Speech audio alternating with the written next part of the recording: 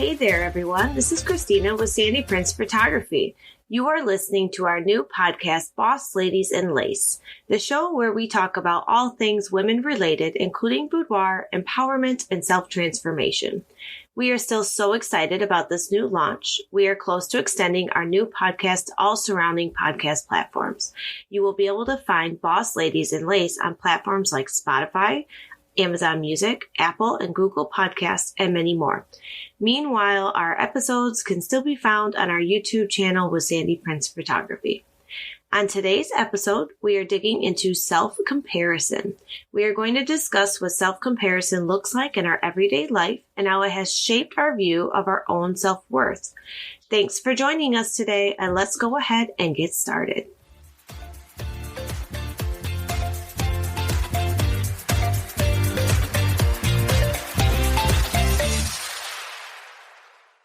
All right, so as we talk about self-comparison, let's identify the most common ways we compare ourselves.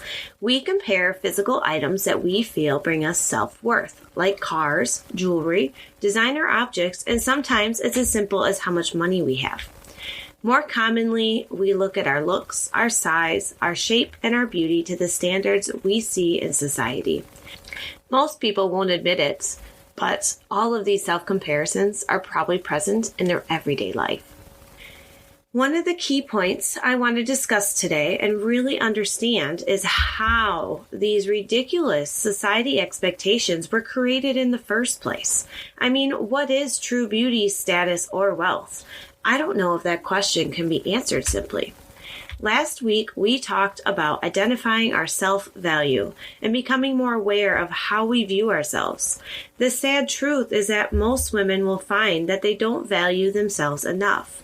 When we think on this, we often feel almost programmed to tear ourselves down instead of building ourselves up. The key word there being programmed. Our culture, society, and peers are some of the biggest influences on our daily lives. We have been influenced on all these things since we were children. And so in a way, we actually have been programmed to accept what we see in the media and accept how society perceives true beauty, wealth, and status. They seem to set the bar on what's expected to be quote unquote normal. Do you follow influencers on social media platforms, or do you watch the news every day? Every single day, most people are in front of at least one or more social media platforms and take in all of society's pushed expectations. We are in front of all these perceptions every single day and don't realize how they affect our lives. We constantly look to others and we compare ourselves to create some sort of status. An example of this is seeing every day in the media or on social platforms and from our surrounding peers what the expectations are for beauty. We look to various items and people that we feel we value and we trust what they're showing us. We then compare ourselves to the example that's being presented to us and we feel that we are unmatched by comparison. The example being shown really may be unattainable by anyone. And even if we could attain it, the sad reality is that we are constantly comparing oranges to apples. You are a unique individual, as am I. You were made perfectly imperfect and completely beautiful, all in your own way. We know deep down that we are constantly comparing ourselves unfairly, but we also feel as if we can't help it at times. We've compared ourselves for so long that it has become just a normal in our lives. This constant self-comparison brings about a chain reaction of negative emotions. It can sometimes show up as guilt or despair and can even amount to self-contempt. The personal status that we're trying to create is never enough in comparison to whom or what we're comparing to. We know we are creating an unfair contrast of ourselves when we self-compare. In result, these perceptions that we fabricate, they create emotions of worthlessness and at times self-betrayal. Over time, our dislike for ourselves grows and festers, and it becomes more difficult to change our way of thinking. So to come back to a complete circle, I will ask, how likely are you to want to invest in yourself when you are constantly filled with negative self-emotions like worthlessness and self-contempt? I'll give you a clue on the chances.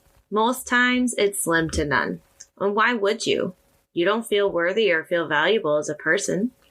You don't feel you are worth the investment, or you just can't justify spending on yourself versus investing in others. We tell everyone around us positive and uplifting things. We tell our children how amazing they are. We praise them, tell them they're beautiful and they're perfect just the way they are. And we do the same to our peers and our fellow loved ones. We are constantly lifting everyone else up except for ourselves. So why wouldn't our brain tell us that it's totally okay to invest in our loved ones and not in ourselves, right? Well, this goes back to your brain programming. When you continually tell yourself negative things, your brain perceives it as normal and as a truth. The only way to stop this process is to stop the negative thinking. This can be easier said than done. We may stop saying it out loud, but when we follow unreasonable expectations from society, we are often still silently comparing and still thinking the negative thoughts. A majority of my followers on my page are women. Most of them are of similar age to myself, give or take 10 years. And in case you didn't know, I am 33 years of age. I too have had personal self-comparison struggles, and one example of such struggles is a very relatable one among many. As I said, I am a 33-year-old woman. I am a wife and a mother to a 7-year-old boy. I am a fairly happy and content woman and have lived a very full and busy life thus far. I, of course, have had a body that has seen weight gain, weight loss, childbearing and birth, and lots of years of sunshine. I wish I had more energy most days, as that seems to be something that disappears more and more with time. I am constantly on the go, keeping up with my family and my fur babies. You know, that hot mess mama look. Yeah, that's the constant look for me. This is just who I am. I have come to terms and acceptance with myself. I know I am a beautiful person, both inside and out, but I have to also accept that I'm not sporting a 20-something's body anymore. Losing weight is a little harder now, and maintaining my health, yeah, that too. It takes more time and energy to maintain myself compared to when I was younger. Every now and again, stories, pictures, or just random memories will pull back to the years of my 20s and sometimes even my teens, and I can't help but admire the woman I was back then. I was beautiful and full of spirit. Sadly, in the moment of those years, I was super harsh on myself and I would constantly compare. I felt negative constantly about my looks, my weight, my status, and even the clothes I wore. I would get bent out of shape if I couldn't afford or fit into those designer clothes that everyone was wearing. I told myself I was fat and not pretty enough on the regular, and I never truly saw myself for the beautiful and amazing woman that I was. So here is where it gets relatable. So this is the one type of self-comparison I still struggle with too. Time. I will look back and compare my body, my looks, and my whole persona with who I was years ago. Why? I don't know, because it's not a fair comparison. I can't just go back in time and become that person again. Time and aging happens. There's nothing we can do about it. I used to be obsessed with this type of self-comparison, though. I just couldn't help myself, and it would consume me. As I got older, I lost myself for a very long time. It was not an easy journey, and there were many struggles along the way, but I eventually changed the way I talked about myself and perceived myself as a whole person. I can now be happy with who I am and appreciate the amazing things I do every single day. I know I am a strong woman, and honestly, stronger than most with some of the life challenges I've had to face. I am beautiful in my own ways, and I have learned to love my natural beauty too. By doing this, I enjoy taking care of myself more. I try and get exercise, and I have hair and skincare routines to take care of my body. My only wish for myself is that I would have changed my thinking sooner and cared for myself back then the way that I do now. All the thoughts we fabricate from comparing ourselves to everyone around us can be so negative and vicious. You can never find true happiness when you are constantly comparing yourself to everything around you. You will never be content with yourself in the moment and will always feel like you have to change or work on yourself. It took me a long time to accept this and accept myself for who I am. And of course, there are times that self-conscious comparing creeps in for me too. I'm not perfect, but I do have to remind myself that I am me. There is no one else like me. So it is absolutely impossible to compare myself to another. With what I do as a profession, I meet lots of new people on the regular. The majority of these people I get to meet are women. Whenever I meet a new female client who is interested in doing a boudoir session, we really get down to the nitty-gritty of who they are as a person. I prefer to connect with my clients intimately to really understand everything they love and everything they don't love about themselves. I hold every one of these women close to my heart while we connect. I want nothing more for them than to find healing, self-connection, and forgiveness for themselves. I want these women to see themselves how I see them and how I know many, many other people see them too. They deserve nothing less. It's impossible to clearly define what true beauty, true wealth, and true happiness is. The reason is because there's no definite answer to any of these. Boudoir is a very empowering experience, and my goal for every client is to find that reconnection to themselves.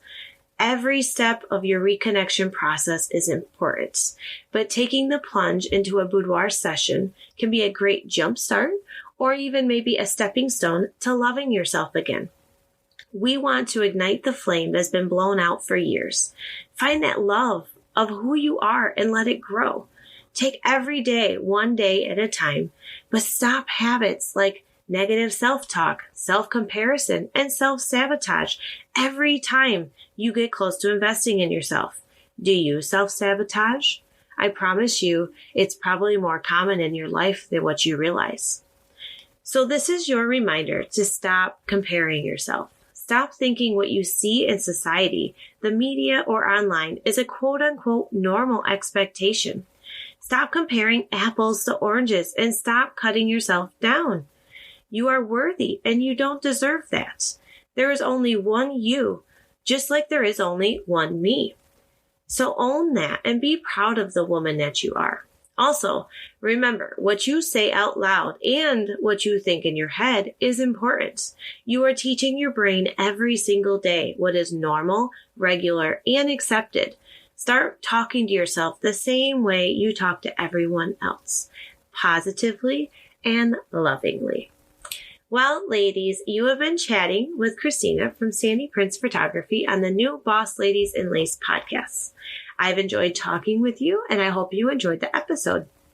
I look forward to seeing you next time. Please don't forget to subscribe and share the show with anyone you feel may enjoy or benefit from our content. So until next time.